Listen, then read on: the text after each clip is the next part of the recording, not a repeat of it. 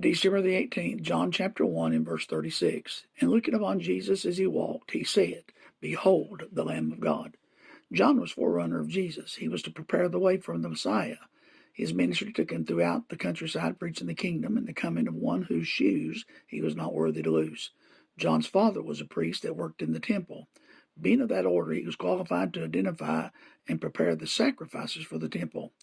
John, being in that priestly line, was therefore positionally qualified to do the same, to identify sacrifices. When Jesus began his public ministry, John prophetically cried, Behold the Lamb of God. That was a priest identifying a sacrificial lamb. The only difference was this lamb was not like the others. This lamb had no blemishes or spots. This lamb would be the final sacrifice for all men's sins. This lamb was the Son of God, the only perfect sacrifice that could meet and satisfy God's demand in payment for sin. This was the beginning of the transference of John's ministry to Jesus. This had to happen. John did not come to build his own kingdom, but his job was to point men to Christ. Basically, that's what we're to do. We're to point men to the Lamb of God.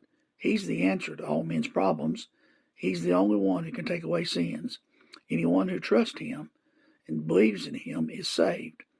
This season, don't forget why so many are caught up in the baby in the manger. Remember to point them to the day that this baby will come, and that he came and became a sacrificial lamb. He was born to die. He was perfect in every way, so as to be qualified to be offered. This lamb is the last lamb that would ever have to be slain.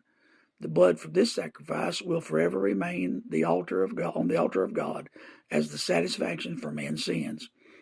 O Lamb of God, my sacrifice, thank God for the Lamb.